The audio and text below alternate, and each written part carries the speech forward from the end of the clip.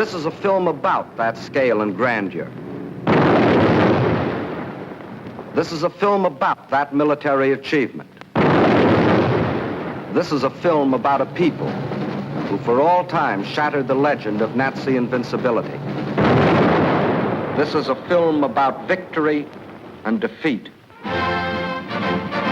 German victory and German defeat. This is the battle for Russia, a battle that has been going on for centuries, a battle that fills the pages of Russian history. 1242. The German Order of Teutonic Knights had invaded northeastern Russia and occupied the old city of Pskov.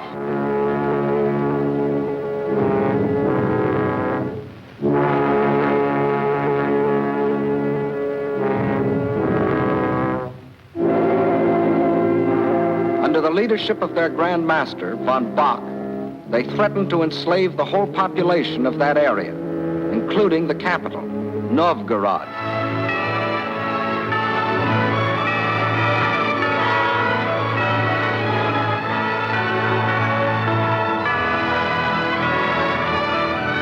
In their hour of peril, the Russian people turned for leadership to their prince, Alexander Nevsky.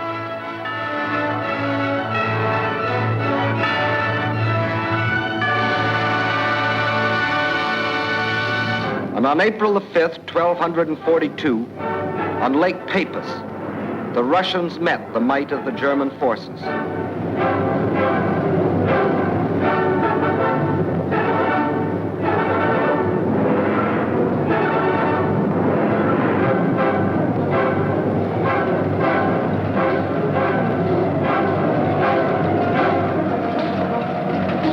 They weren't as well equipped or as well organized.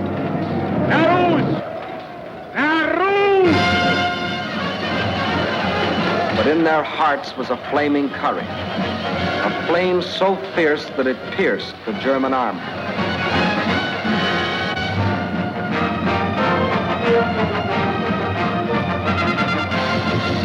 The victory they won fills a bright page of Russian history. 1704, and another conquering army marched across Russian land. This time under Charles XII of Sweden, and again the Russians fought for their country.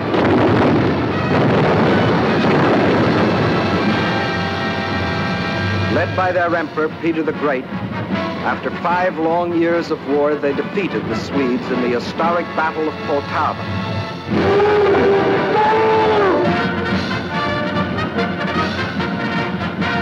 The invading Swedish armies were crushed and forever driven out of Russia. 1812.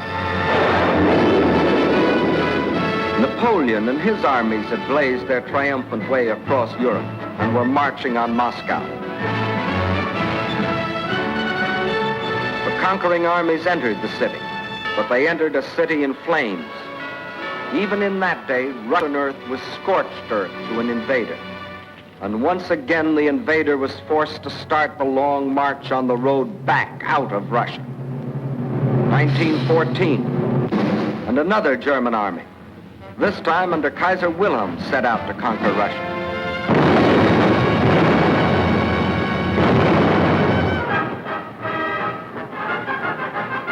This time, the Russian people, under the regime of the Tsar, were not only fighting German guns, but oppression and corruption in their own country. And only the ultimate collapse of Imperial Germany saved Russia from losing the Ukraine and the Crimea, which the Germans had occupied in 1918. Yes, for 700 years, the Russian people have had to fight to defend their land against would-be conquerors. Why? Why have all these attempts been made to conquer Russia? Perhaps Russia itself can provide the answer. Here it is, 1/6 of the Earth's surface, reaching from east to west nearly halfway around the world. and southward from the North Pole to the borders of India. One country of 9 million square miles. That's our own country 3 times over, or all of North America and 1 million square miles to boot. The sun never sets on Russia. When it is dusk on its western borders facing Europe, it is already dawn on its eastern borders facing the Pacific.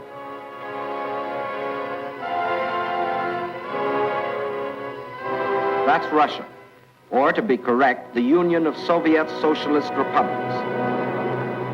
Deep in its mountains lie thick, rich veins of gold and silver. Below ground lie enormous deposits of copper, tin, manganese and nickel, chromium and radium, sulfur and magnesium. Russia is rich in raw materials. Her forests cover millions upon millions of acres. 1/4 of all the lumber reserve in the world belongs to Russia. And as for fuel, there's coal, ton upon ton. And more important, there's also oil. 213 million barrels a year of it. Black gold flowing from the earth that contains 55% of the world's oil. What else? Iron? Russia has better than 10 billion tons. That can make a lot of steel before it's done. Yes, Russia is rich. Her farms cover millions upon millions of acres. The rich black earth that besides giving forth oil and coal will also grow everything from sunflowers to lotus. The tea her people drink in such huge quantities, and the tobacco that they smoke. Cotton grows here too, 3,800,000 bales a year. And sugar. And on the pasture land, the animals grow fat for food and wool for clothing. While on the warm plains, the fields of grain stretch as far as the eye can reach. Corn, oats, hops, rye, and don't forget wheat, 1/3 of the world's best. Yes, Russia is very rich, for it has not only raw materials and the products of its soil. Russia is also people.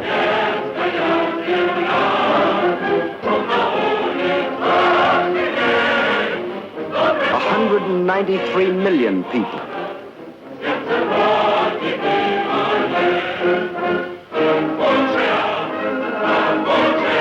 People of every race, color, and creed.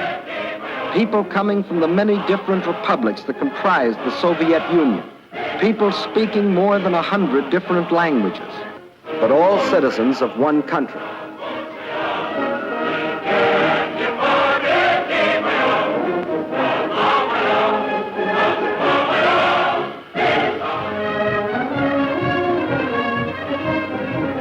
Whether they are the great Russians, the descendants of the first settlers of this vast area, and for 1,000 years its main population, or Cossacks, the famous horsemen from the open plains of the Don River Valley.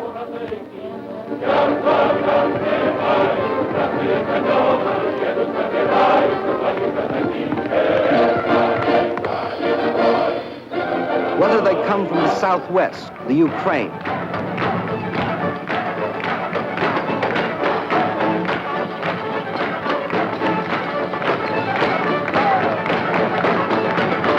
here in the breadbasket of the Soviet Union live the Little Russians, better known as Ukrainians, and beside them the Moldavians and Bessarabians. Or if they come from the far south between the Caspian and Black Seas,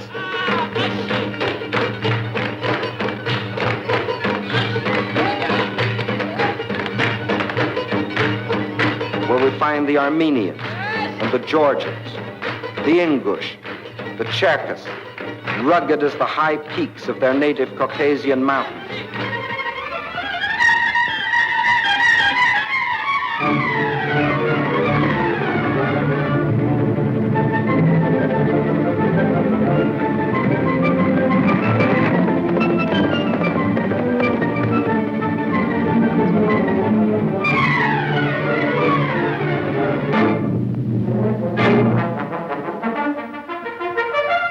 Whether they are Uzbeks, Turkmen, Kyrgyz, from the Persian and Indian frontiers,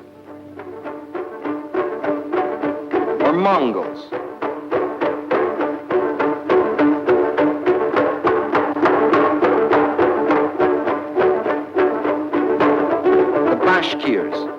Turco-Tartars, the Buryats, the Yakuts from far beyond the Ural Mountains,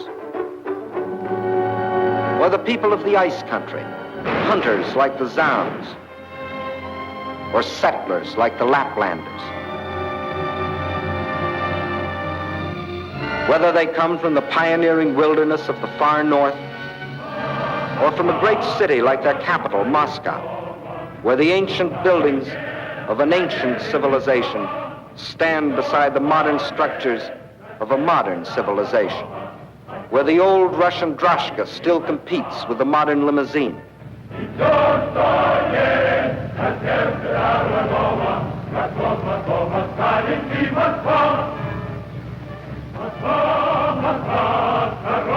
Whether they work in factories or as soldiers, whether they are bricklayers or traffic cops, sailors or riveters, school children or farmers, nurses or engineers, window washers or salesgirls, housewives or postal clerks, radio announcers or stewardesses, scientists or typists, musicians or ballerinas.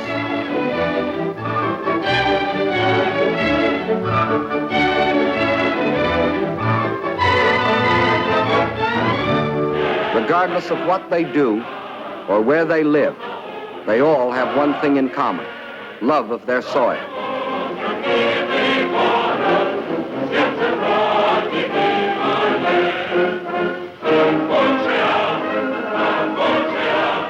That is Russia.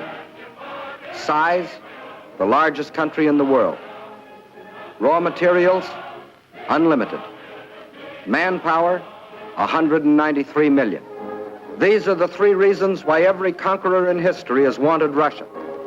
And these are the reasons why the modern would-be conqueror wrote, "When we speak of new territory, we must think of Russia. Destiny itself points the way there." Yes, as we have seen, Germany's spirit of aggression was handed down from generation to generation. And now, in Hitler's Germany, the dream was world conquest. To such a dream, there could be only one answer: collective security. So with this objective, in 1934, the Soviet Union joined the League of Nations. Again and again before the League, its representatives urged binding agreements to support by collective action any nation submitted to attack. The state I represent entered the League with the sole purpose of the maintenance of indivisible peace. The League of Nations is still strong enough by its collective actions to avert or arrest aggression. There is no room for bargaining or compromise. But while some members of the League were pleading vainly for the use of collective force to stop aggression, the world saw other members, Germany, Italy, Japan, withdraw from the League to follow the path of aggression. Manchuria, Ethiopia, then Hitler invaded Austria, Czechoslovakia, and in 1939, Poland, first step on the road to Russia. But his eastward march was interrupted by France and Britain declaring war. So the Germans were forced to turn west, and in 1940, as we have seen, wiped the last opposition from Western Europe. And while the Nazis were unsuccessfully trying to beat Britain to her knees, the German generals were already planning to resume the interrupted Eastern Blitz. The road to Russia was now open. But before that attack, preliminary steps were necessary. South and east of Germany are Hungary, Romania, Bulgaria, Yugoslavia, and Greece. And Hungary had grain, rich fields of it.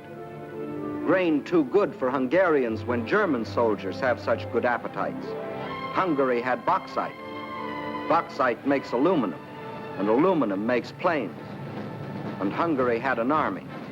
Not the battle-trained German army, but good enough to throw against Russian guns. Romania had not only grain, but oil. And Hitler needed every last drop of it to power his war machine. Romania also had men, more slave labor, more cannon fodder for the attack on Russia. And most important, Romania and Hungary both had Russian frontiers, and Hitler wanted those frontiers in the hands of German generals. Bulgaria didn't have a Russian frontier, but it did have bases. Bases on the Black Sea, bases for German submarines to prey on Russian shipping. By the spring of 1941, the reactionary governments of Hungary, under the dictatorship of Admiral Horthy, of Romania, governed by young King Michael, who was only a tool in the hands of Hitler's puppet, General Antonescu, and of Bulgaria, ruled by King Boris, always a disciple of German imperialism. All had sold their countries out to Hitler. Now, threatened by a revolt of their peoples, they were only too glad to be protected by Hitler's armies.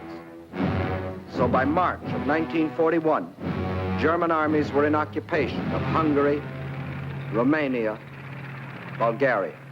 That still left Yugoslavia and Greece. So long as they remained unoccupied territory, they remained the route for a possible Allied counter-invasion. At one of their regular meetings, Hitler had assigned the job of conquering Greece to his stooge, Mussolini. The stooge was delighted. Here was his chance to prove to his people that he too was a conqueror. But he was wrong. Perhaps the uniforms fooled him. Something did. For after the fascist legions had blitzed on one cylinder this far into Greece, the Greeks, in a brilliantly conducted mountain campaign, drove the Italians back and invaded Albania. Hitler was enraged. The failure of his stooge to protect his southern flank was delaying the attack on Russia. He sent a final ultimatum. For the Yugoslavs and Greeks, it was surrender or else. But the Yugoslavs and Greeks come from a long line of fighting men. Nazi slavery didn't appeal to them.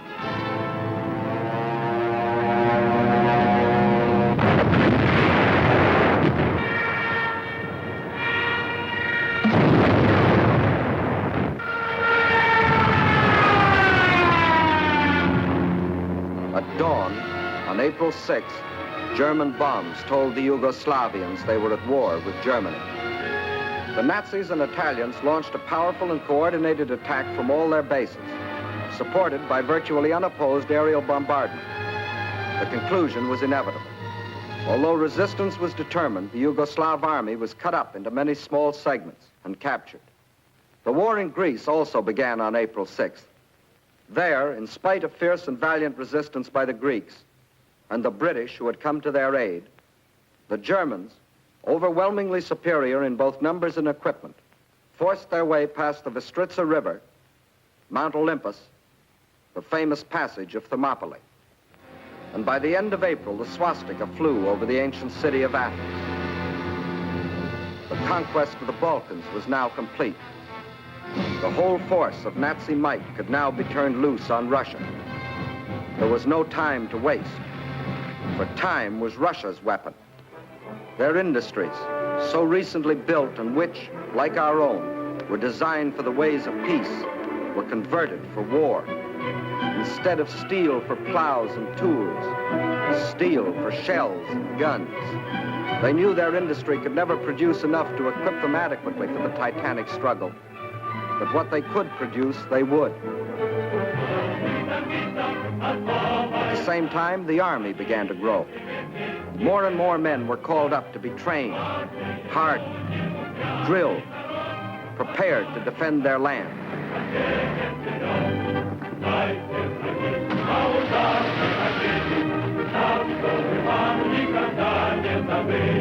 With the conquest of the Balkans, the Nazis had a solid front from the Black Sea to the Baltic, but the Russians had built themselves a buffer to take some of the steam out of the Nazi punch, no matter where it landed. But where would it land? When the blow came, it was from 5 different directions, and from the north, 1 extra, just for luck. That was the big day. As dawn broke, nearly 200 Axis divisions, more than 2 million men, plunged into a front 2,000 miles long, reaching from the White Sea to the Black.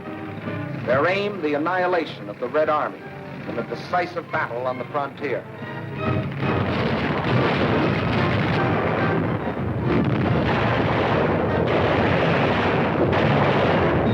offensive started along the whole length of the front, but was concentrated on three main objectives: Leningrad, Moscow, and Kiev, the capital of the Ukraine. In the first 30 days, von Lieb's forces drove to within 125 miles of Leningrad, while the Finns under Mannerheim, supported by the Germans, began a drive from the north to encircle the city. In the center, von Bock's army plunged 480 miles into Soviet territory. One Russian city after the other was overrun by the invaders.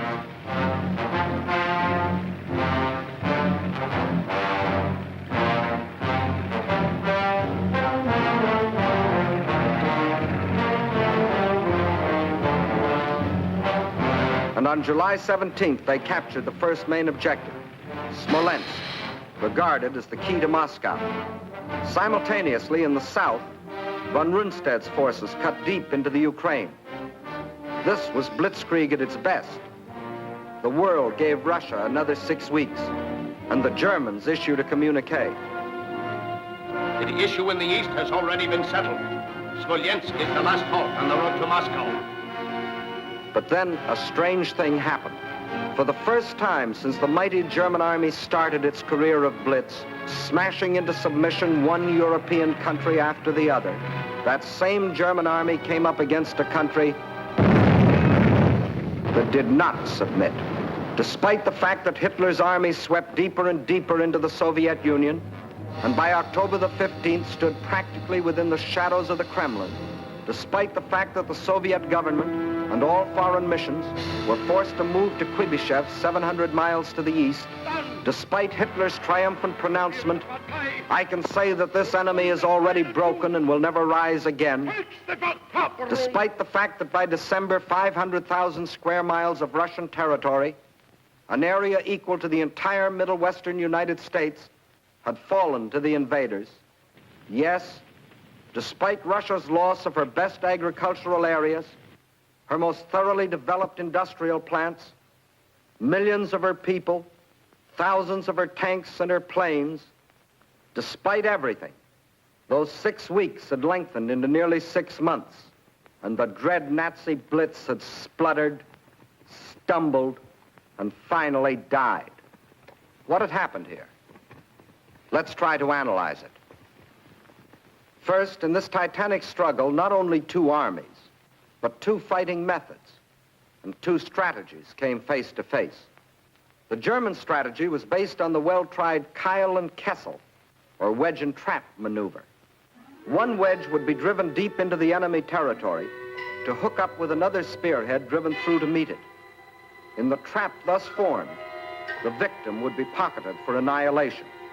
The German plan in every campaign was to seek a decisive battle at the moment of invasion. A single blow must destroy the enemy without regard for losses. A gigantic, all-destroying blow. Remember the campaigns you have already seen in these films. Poland, the Poles concentrated on their borders. The Blitz broke through. 18 days finished Poland. France, the Allied strength on the borders. The breakthrough at Sedan, and the issue of France was settled. The Balkans, the Yugoslavians rushed to the border. The breakthrough came, and in 12 days, Yugoslavia was gone. The Germans planned the same blitz against the Russians. But the Russians had developed their own strategy, one to take full advantage of the vast area of their land. The Russian strategy was a defense in depth, line after line, far back into the interior. And when the Nazi wedge struck, the first line would bend with it until it became part of the second. Again, the wedge would strike. Again, a segment would be lost. But again, the line would bend until it became part of the third. So the deeper the Germans plowed into Russian soil, the stronger their opposition, until finally they faced an unshatterable wall and were robbed of their chance to hit that all-destroying blow they had counted on. The result? The Germans conquered land and lost the campaign. For the Russian tactics kept the main bulk of their armies intact and made a long war inevitable instead of that quick decision the Germans sought. And the Russians had other tactics that threw the Germans for a loss. Germany had developed blitz warfare, mechanized warfare, armies on wheels, juggernauts to crush everything before them. But the Russians found a way to drag them out of their traveling fortresses. They used their cities as strongholds and made the blitz come to them down alleys.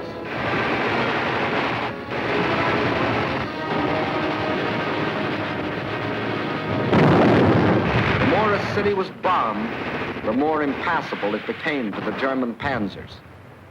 They made the names of these Russian cities as familiar to us as the names of towns in the next county. Rostov, Kharkov, Kiev, Kursk, Smolensk. City after city standing in the path of the Nazi blitz. The Red Army had found a way to make their cities of great strategic importance. Odessa, scene of an heroic siege of more than 2 months, held up the whole Nazi thrust into the Crimea. Sevastopol, which resisted every attempt of the Germans to break through. Here, for 8.5 long months, the Russians fought for the town, inch by inch, barring the Germans from the great Black Sea naval base located there. And finally, when the Germans entered the town, each district was defended street by street. Each street house by house.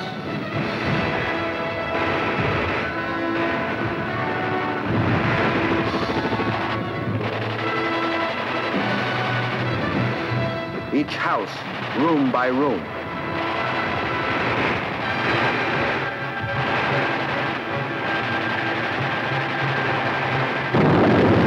The Russians knew their cities would be demolished, but their objective was not to save cities, but to destroy Germans. A high price to pay for a copy of Mein Kampf. So the Germans were forced out of their armored shells to fight and to die in the hand-to-hand combat they thought they had abolished. There was another item the Germans had overlooked. They overlooked people. And generals may win campaigns, but people win wars. And on that fatal June 22nd, when the Russian people first learned of the invasion of their country, their grim faces told of their determination to fight and to die, but never to surrender. They knew this wasn't a question of who occupied what piece of land. This was a question of life or death. This war is not an ordinary war. It is the war of the entire Russian people, not only to eliminate the danger hanging over our heads, but to aid all people groaning under the yoke of fascism. So the alarm was spread to factory and farm. And from every Russian town and village, men poured forth to answer the call. From now on, one thing mattered and one thing only: victory. Total war meant total mobilization. Not war just for soldiers, but war for everyone. Young or old, male or female, made no difference. Age had nothing to do with it. If you were only 12 years old, there was work for 12-year-olds to do. Sex had nothing to do with it. If you could hold a rifle, you were a soldier. If you could turn a lathe, you were a soldier. If you could harvest the fields, you were a soldier. If you could handle a locomotive or pilot a ship or guide a tractor, you were still a soldier. For everything you did was part of that total war. Nothing that the enemy could use was left behind.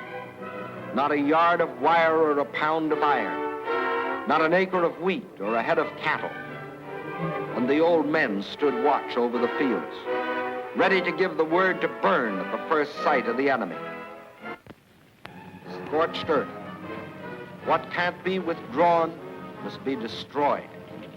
That meant the factories, the plants, the oil depots. Flames claimed them all.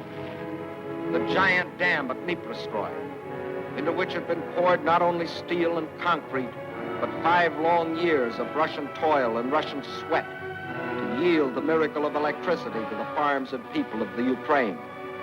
Now, rather than let the power it generated fall to the enemy, they destroyed it.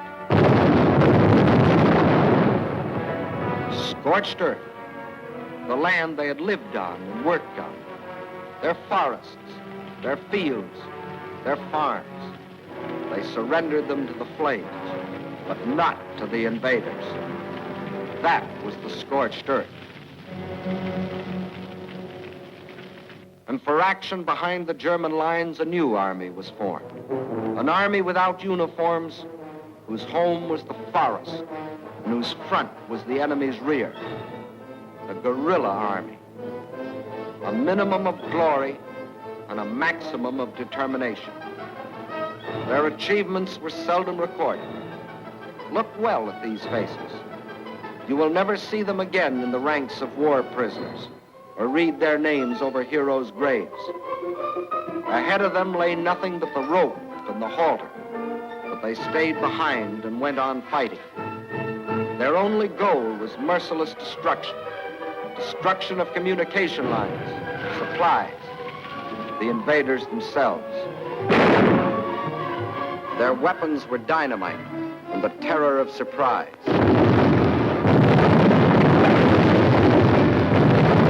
They asked for no mercy, and they gave none.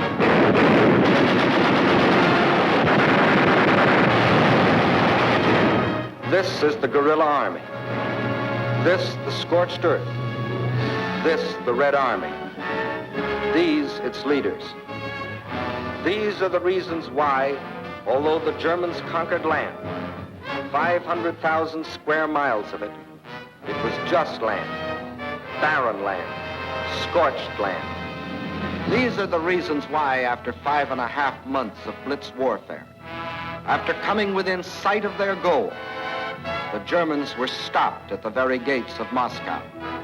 These are the reasons why, although Hitler had sworn that before December the swastika would fly from the Kremlin towers, December had come, but it wasn't the swastika that flew over the Russian capital. And it wasn't the Nazi conquerors who marched through the streets of the ancient city, but fresh reserves of the Red Army.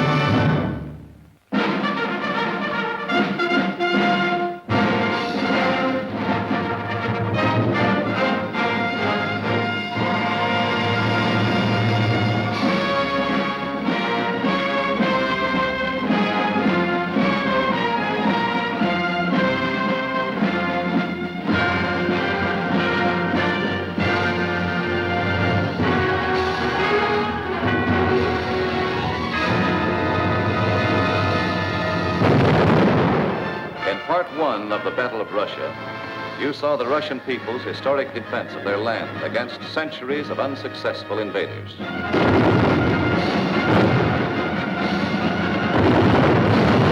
You also saw how after 5.5 months of Nazi blitz, the Russians stopped Hitler at the very gates of Moscow, and how, in spite of Hitler's prediction that by December of 1941, the swastika would fly over the Kremlin towers. December had come, but it wasn't the swastika that flew over the Russian capital, and it wasn't the Nazi conquerors who marched through the streets of the ancient city, but fresh reserves of the Red Army on their way to reinforce and relieve the front lines.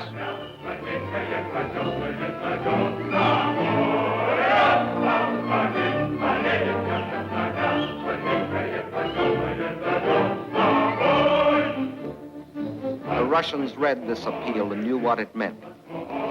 They remembered that in their past history, the time always came when they could turn and strike back. The time had come. Their old ally, the Russian winter, had carpeted the Russian land.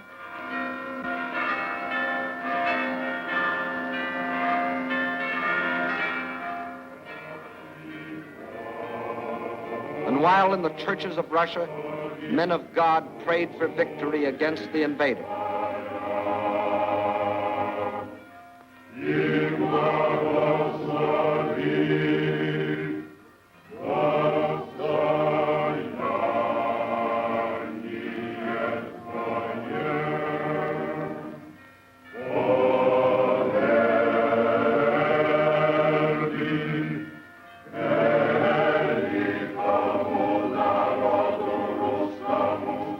front lines, the men of the Red Army listened to the long-awaited order of the day.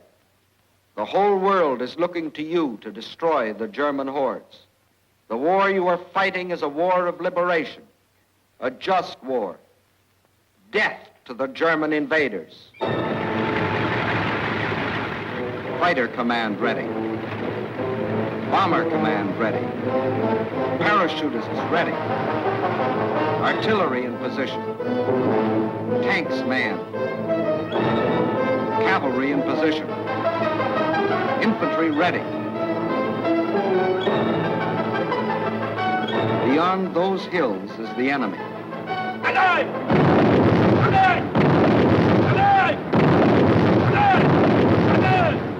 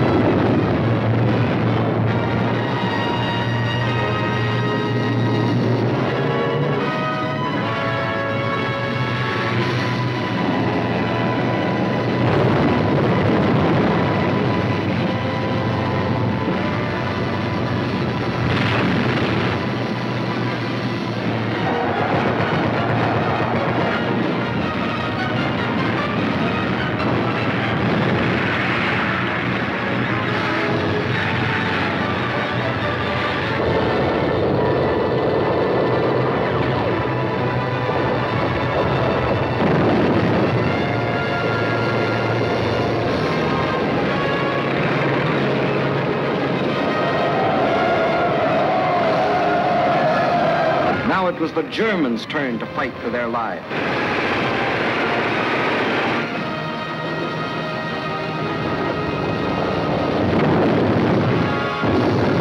Now, for the first time, it was the German army that retreated.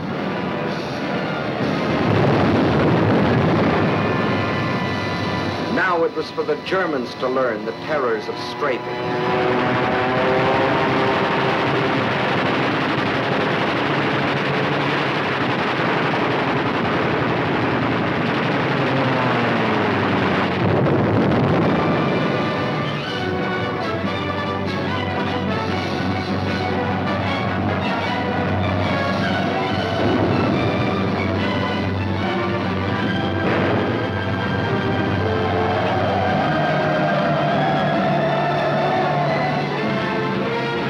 Village after village, town after town, on the Red Army swept through the country which for days and weeks had been under the invaders' yoke.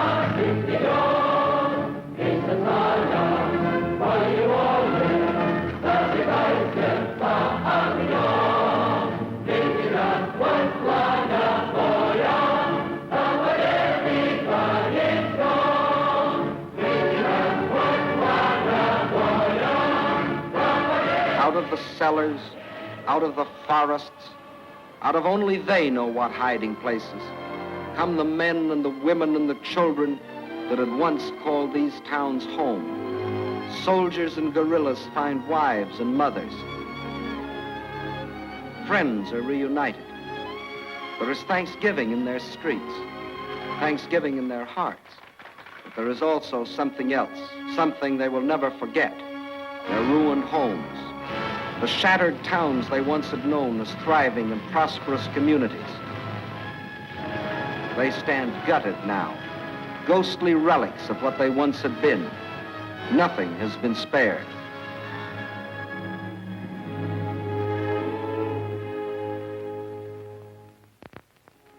This was a museum, the former home of Peter Tchaikovsky, a man who wrote music for Russia.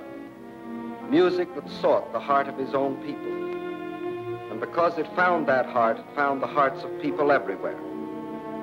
His piano concerto.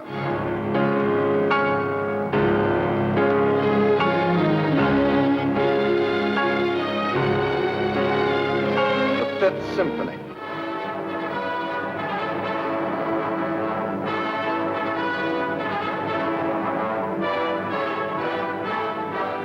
The Sixth Symphony.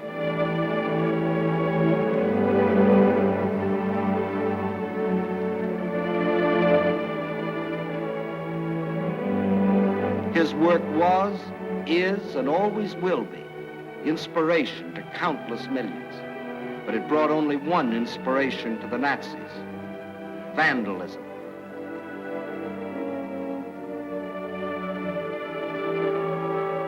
And this was the home of Leo Tolstoy, the author of the immortal novel, War and Peace. His home, too, was a museum, until the Germans came. And this is Tolstoy's grave. If the Nazis buried nearby had read his famous book, they would have learned their fate beforehand. But there were other dead the Nazis didn't bury.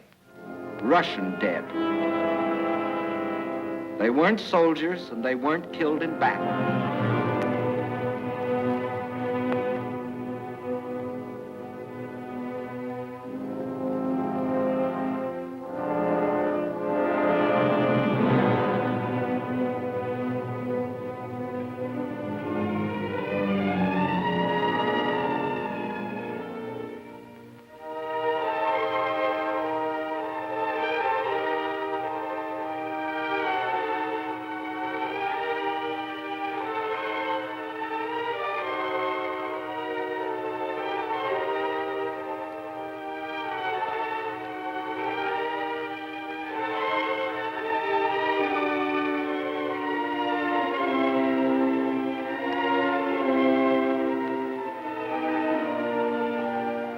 No, these aren't dolls. These are children. Mass murder by orders of the High Command. And there were other children, perhaps more fortunate, perhaps less. Young girls, but not young now. The attentions of the Nazi soldiers aged them very quickly. And whoever resisted the invaders met with this. These are the things the Russians can never forget.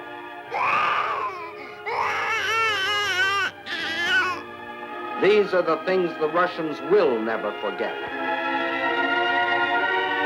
These are the reasons why every Russian pledged his life to uphold this sacred oath.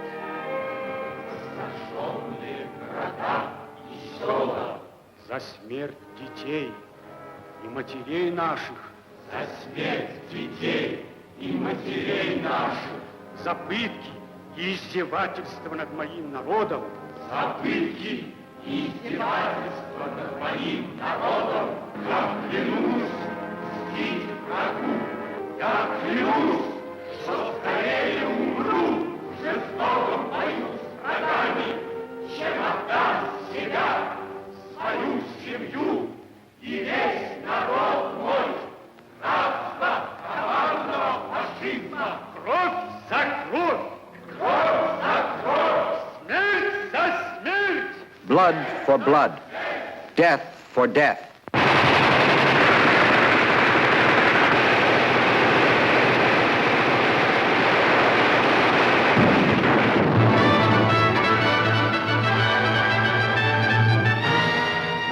reason the Russians smashed on, deeper and deeper, along the entire front from Rostov to Leningrad. Nowhere could the tide of Russian pressure be stopped. And by spring of 1942, this area was delivered from the Germans. But this was not the important result. Not that this town or that village was retaken, but that the whole legend of Nazi invincibility had been shattered. German armies could retreat too. German armies could be defeated. German troops could be captured.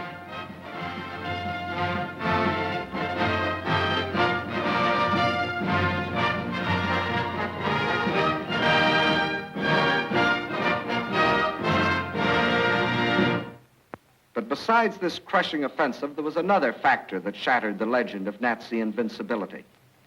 That factor, which will live forever in the history of this war, was written by the people of this city. A city now called Leningrad after the leader of the Russian Revolution, Lenin, and which before that was called Petrograd in honor of its founder, Peter the Great.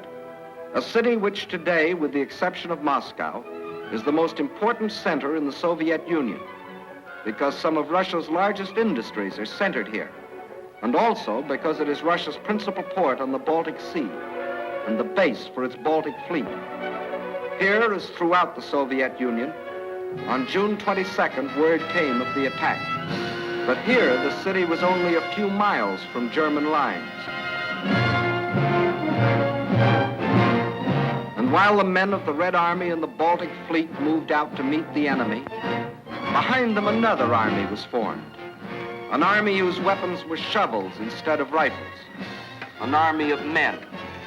An army of women. An army of children. Feverishly, they dug the trenches, threw up barricades, built defenses, prepared themselves for the worst. They knew that they too were in the front line. They weren't wrong.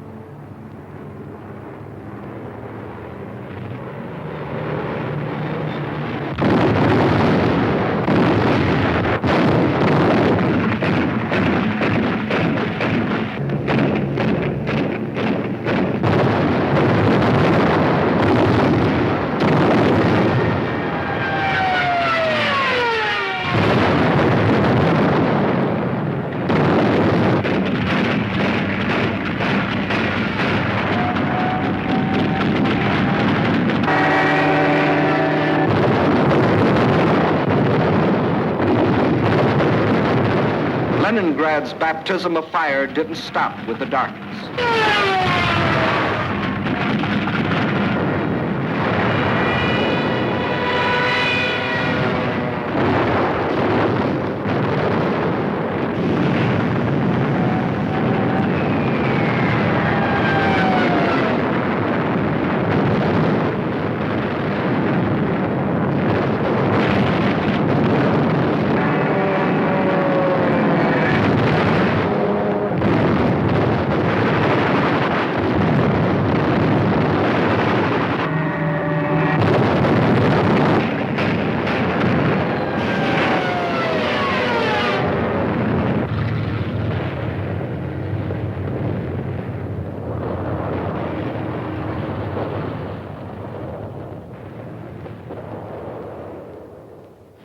Finally, the morning comes, and the people of Leningrad dig themselves out from the ruins.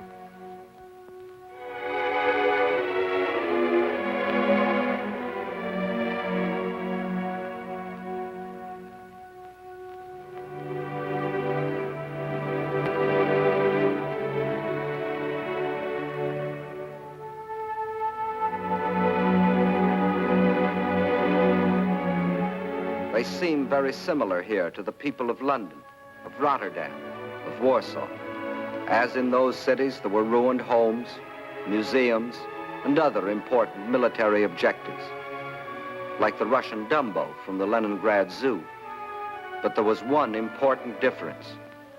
Bombing from the air was only one small part of what the people of Leningrad had to face. In September, the Nazis surrounded the city and announced it was cut off and doomed. The German commander sent the city an ultimatum demanding its surrender. He is still waiting for the answer. Thus began the siege of Leningrad, a siege that was to last for nearly 17 months. In Leningrad, as everywhere else in Russia, the winter came early that year. A cold, hard winter, the hardest in years. But here, unlike everywhere else in Russia, the winter wasn't an ally, but an enemy. Here, the 10, 20, 30 below zero temperatures could only mean more suffering, more hardship. In the trenches outside the city, trenches of snow and of ice, the defenders stuck firm to their oath, to die if necessary, but not to go backward one more step. And the enemy, in spite of all its efforts, was stopped at the very gates of the city. A city now facing disease, famine, destitution. There was no oil for fuel, no power for the electric lines, but the people defied the elements and trudged the necessary miles to lathe and workbench. The pipes froze, water was shut off, so they dug holes through the streets until they could get to water.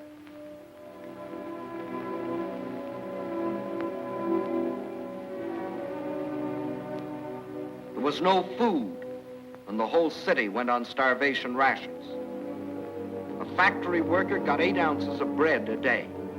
Everyone else, child and adult alike, only 4. And to keep the dread enemy of disease from stalking the streets of their city, an army of women worked with shovels, worked with picks in those streets every day, clearing away the rubble, the refuse, the sources of contamination. Bombs from the air couldn't force the defenders of Leningrad to surrender. Winter couldn't do it. Hunger couldn't do it. So the Germans decided to shell them into surrender.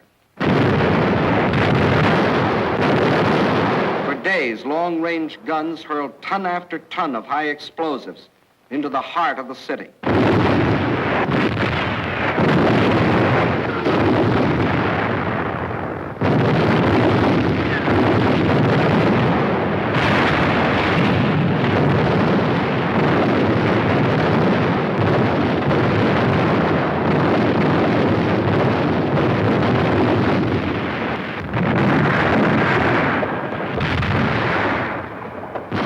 The more the people of Leningrad were shelled, the harder they worked.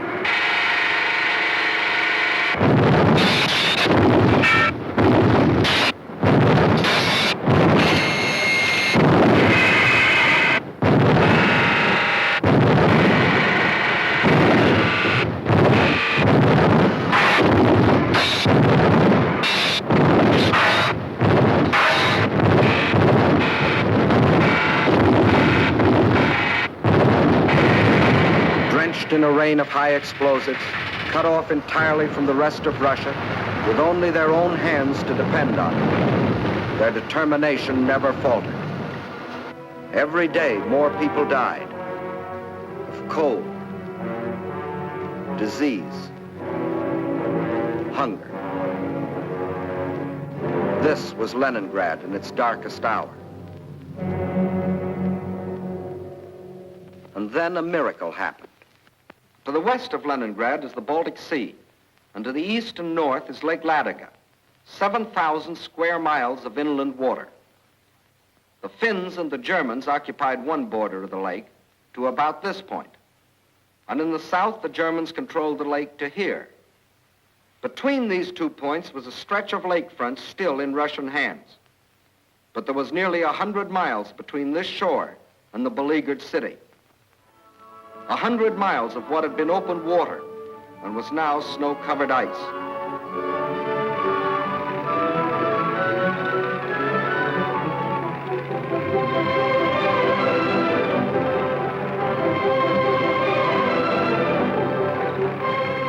across this frozen surface now went tractors, sledges, carving a road across the lake.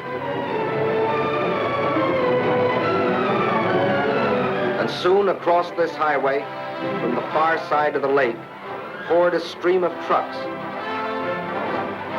bringing in food, oil, grain, fuel, truckload after truckload of fresh life for the people of the city. Too late, the Germans discovered that they had left one avenue of rescue open.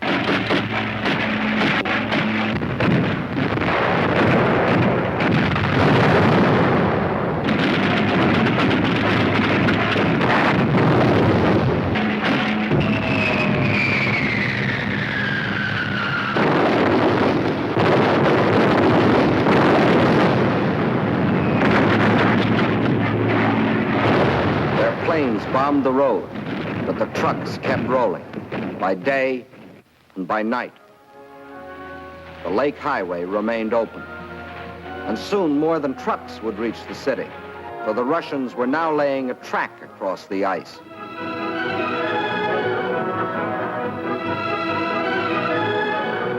To the heroes of Leningrad, says the inscription on this locomotive as it starts its pioneer voyage. From the far shore of the lake, it brings food, medicine, supplies of all kinds. Across the lake and into Leningrad, this train is but the first of many. Trains that not only brought in supplies, but that could take out the wounded, the sick women, the half-frozen children. All those that needed better care. All winter long, the lake traffic continued.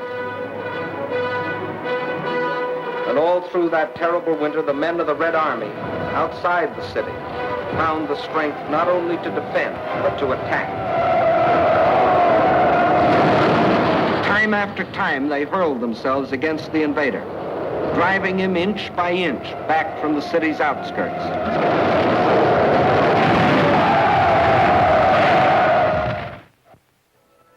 And then spring came. Spring.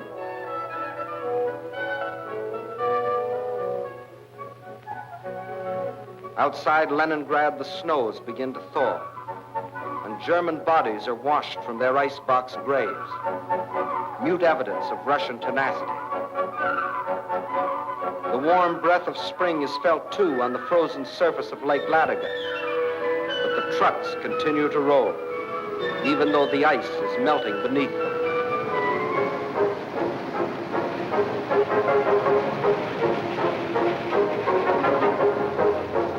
Spring, as it invariably does, comes to the city, too.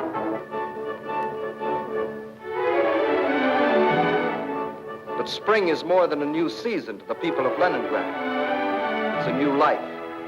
The city begins to breathe again. For the first time in months, the trolleys ran.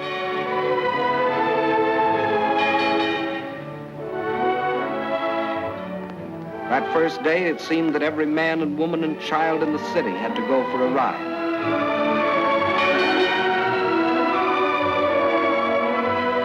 This was life again. Life for the Leningrad children that weren't killed by Nazi bombs or by the horrible winter. Life for the Russian WACs, the women of the Red Army. And for the Russian waves, the women of the Red Fleet. And for the sailors of the fleet themselves, the artists of the famous ballet theater have come to offer entertainment.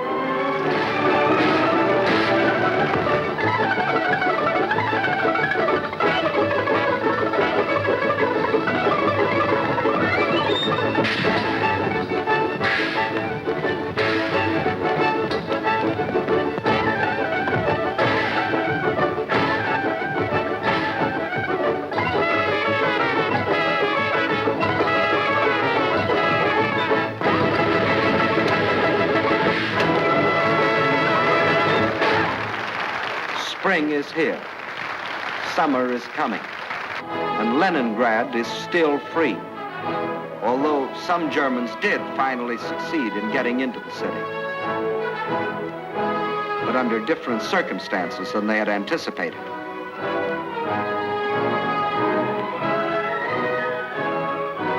Yes, here too the legend of Nazi invincibility was shattered against the iron will and courage of a determined people. The citizens of Leningrad have proved that generals may win campaigns, but people win wars.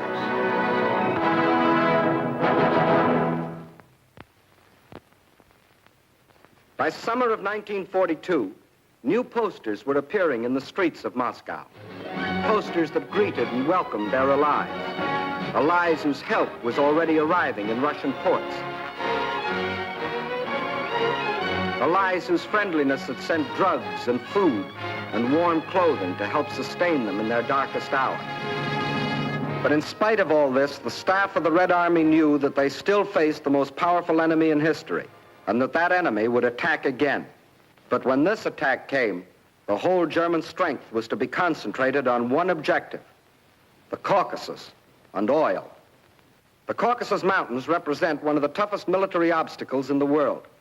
Towering peaks rising to heights of as much as 18,000 feet, with only one practical highway traversing them. And Baku, the biggest oil field, is on the other side. To reach Baku, the only feasible military route was along the coast of the Caspian Sea. But the map shows what a dangerously extended supply line this would entail. To make the operation a success for the Germans, the first necessity was control of the northern hub of the rail lines of the area and a new base of operations. That hub was a Volga River port we have come to know well, Stalingrad, named for Russia's present leader. The pride of this generation of Russians, for it was their city, built in their time. With the capture of Stalingrad, the Nazis would have a base from which to launch a flanking attack on Moscow. With one master stroke, the Russian armies to the south would be cut off from help. And in the north, Russian factories, Russian farms, and Russian armies would be practically cut off from Caucasus oil, and also from American and British supplies, which were shipped to Russia through Iran and Iraq. German control of the entrance to the Volga and its two main ports, Astrakhan and Stalingrad, would be a crippling blow for Russia. For the Volga is the vital artery through which flowed the lifeblood of supplies. Early in May, the German offensive began along a front extending from Kursk to the Crimea. Within 2 weeks, the Nazi steamroller had overrun the Kerch Peninsula, although 2 months more were to elapse before embattled Sevastopol finally fell, giving the Nazis complete control of the Crimea and the southern route to the Caucasian oil fields. Next, they started to drive further north and drove through to the Don River in the area of Voronezh, then spread south and east until they occupied the whole area from the Don River south Rostov. This left them in perfect position to strike against Stalingrad. Further and further south, the drive plunged on, and by the end of August, they had captured the oil fields at Maykop, needless to say, first demolished by the Russians, and reached the northern Caucasus. Yes, the Germans were only a few miles from their goal, the oil fields at Baku, but two barriers still stood between them: Russian mountains and Russian determination. The people of the Caucasus joined with the army to form an unshatterable wall against the full onslaught of the attack.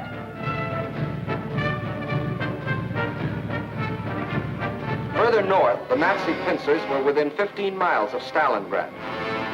This city had become the focal point of the whole campaign. Regardless of the cost, Stalingrad must be captured. Those were the German orders.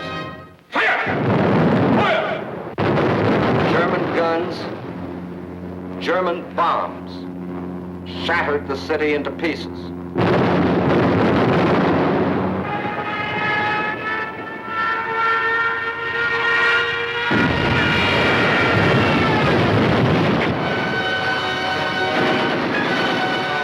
By September 20th, the Germans, after 30 days of grueling and ceaseless fighting, battled their way into the city's outskirts.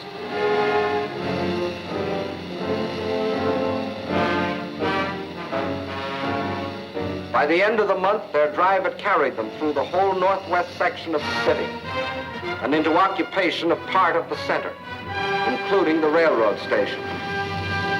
On the last day of September, Hitler announced that the fall of the city was only a matter of a few days.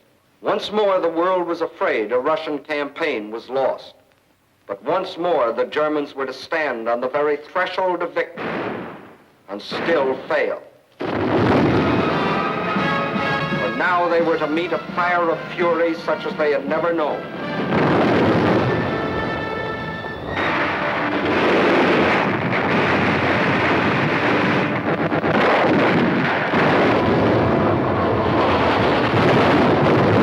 All that had gone before, the battles waged in the streets of Kiev, Rostov, Odessa, Sevastopol, these were all preludes to what happened in Stalingrad.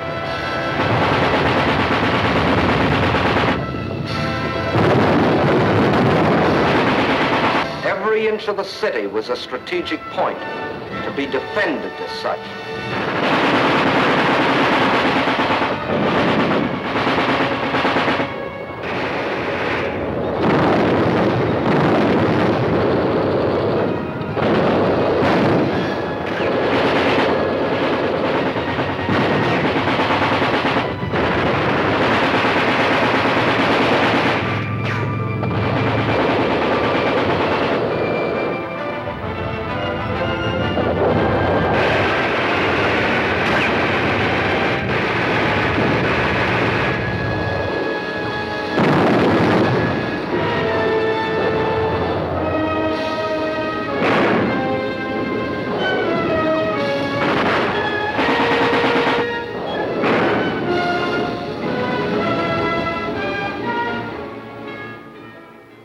By the end of October, snow covered Stalingrad. From the air, the Germans tried to force the surrender of the Russian-held part of the city.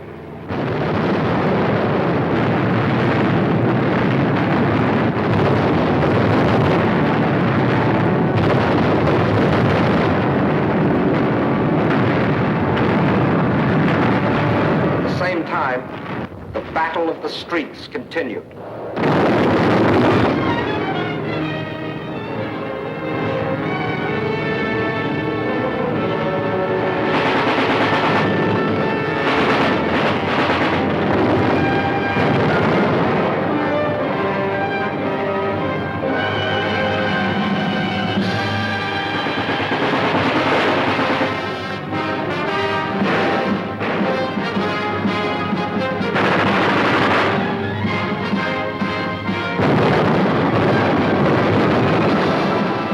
November dawned, the Russians were no longer defending their city inch by inch. Inch by inch, they were regaining it.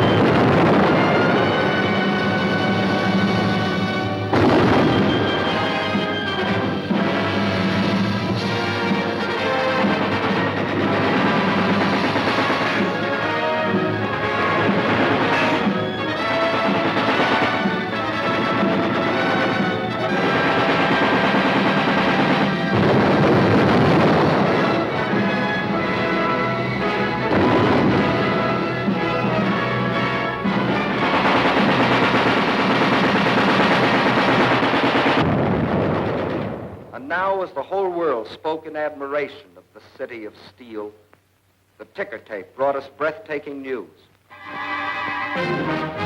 American and British troops had landed in and occupied North Africa. Further east, the British Eighth Army was driving westward, pursuing the vaunted Africa Corps. And in the northeast, the Red Army had launched its smashing counteroffensive. The Germans were learning the real meaning of the words combined operations. As though a spring had been released, the Russians attacked along the entire front.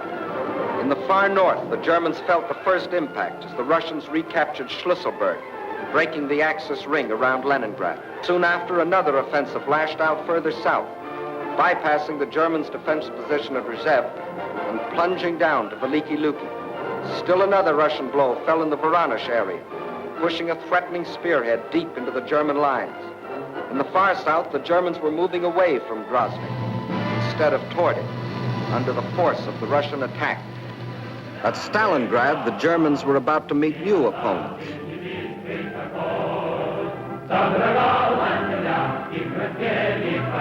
Fresh reserves were arriving from far Siberia.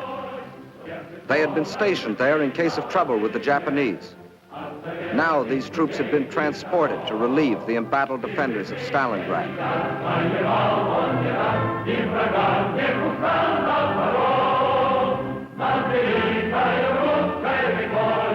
And as the reserves entered the city, at headquarters, the commanders of 3 Russian armies were meeting. The Germans had fought for Stalingrad as a prize. The Russians were determined to make it a trap.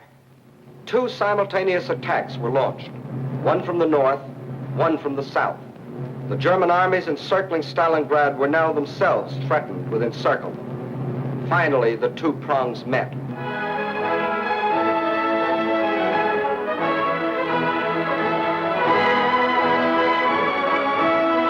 These battle-hardened soldiers of the Northern Army and soldiers of the Southern were emotional as children as they greeted each other.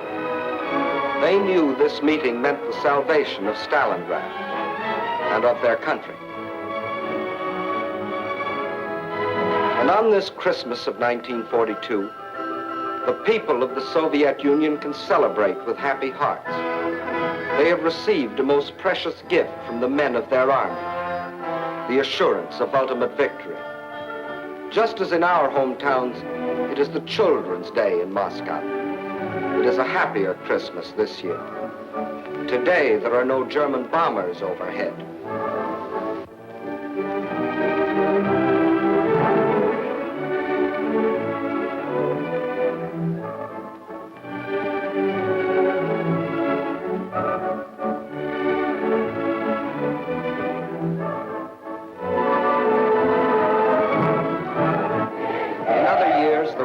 Like ourselves, celebrated on New Year's Eve, but not now. The factories are just as busy as on any other night. The moment comes. It is the New Year. С Новым годом!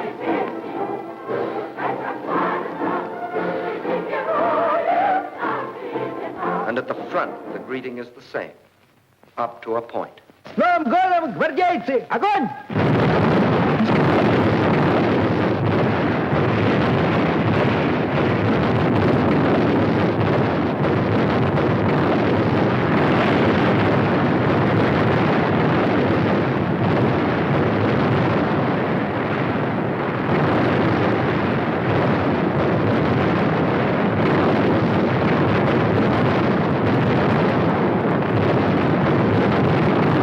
Outside Stalingrad, the icy winter becomes a fiery hell.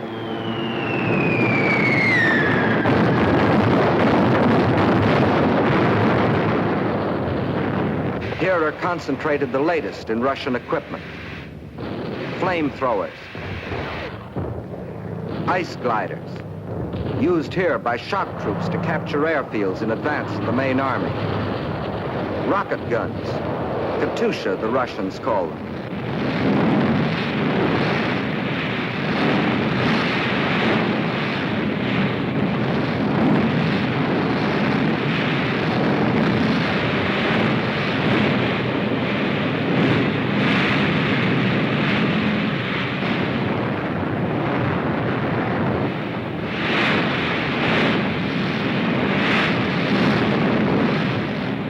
Every last resource of the Red Army was thrown into a crushing offense of ultimate destruction.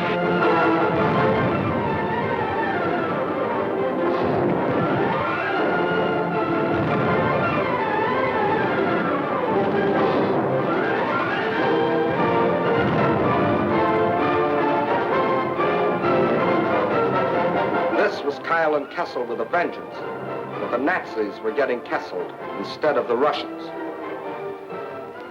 And on February the 2nd, 1943, after 162 days of the heaviest fighting in the history of warfare, the last shot was fired. Peace came to Stalingrad. In the shattered streets, the blasted ruins, the ghastly evidence of their ordeal, the defenders of the city greet the rescuing army of the dawn.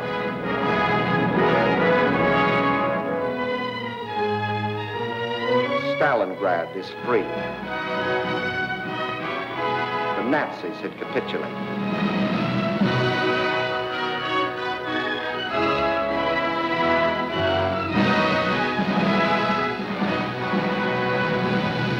The German generals who had been ordered by Hitler to take Stalingrad regardless of the cost, and who had obediently promised that the city would be his, these generals, 24 of them, who had covered themselves with such glory and such medals on the fields of Poland and Norway and France, they now had only their past glory to comfort them. This is Field Marshal von Paulus, Commander-in-Chief of the German armies at Stalingrad. This is the man who told his soldiers that if they surrendered, he would see to it that their families died in reprisal. When he faced his captors, perhaps his worried expression reflected an anxiety that Hitler might take the same revenge on his family. For he knew that when he surrendered, Hitler lost not only a field marshal, he lost an entire army, 22 divisions, 330,000 men.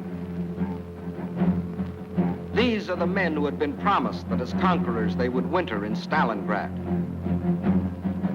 Well, it was winter, and this was Stalingrad, and here were the conquerors.